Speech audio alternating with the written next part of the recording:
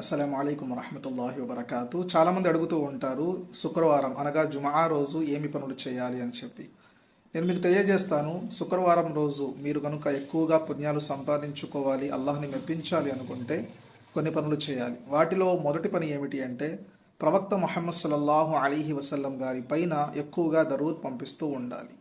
రెండవ పని, జుమా రోజు మగ్రిబ్ నమాజ్ కన్నా ముందు సూర్య కహఫ్ చదవాలి.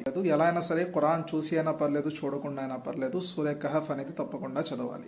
అదేవిధంగా కనీసం దీన్ మాటలు ఇద్దరికైనా సరే నేర్పించాలి. అంటే దీన్ మాటలు హదీసులు కానివ్వండి, లేదంటే దీనిలో ఉన్న కొత్త విషయాలు కానివ్వండి, లేదంటే ఖురాన్ ఆయతులు కానివ్వండి, మీకు తెలిసిన వారికి, మీ తోటి వారికి కనీసం ఒక ఇద్దరికైనా సరే ఏదో ఒకటి ఎంతో కొంత నేర్పించాలి. అదేవిధంగా మీ ఇంటి వారికి సహాయం చేయాలి. ఇంట్లో అమ్మగారికి, తల్లిదండ్రులకి, అదేవిధంగా పెద్దవారికి ఎవరైతే ఉంటారో వాళ్ళకి సహాయం చేసి వాళ్ళతో దుఆ తీసుకోవాలి.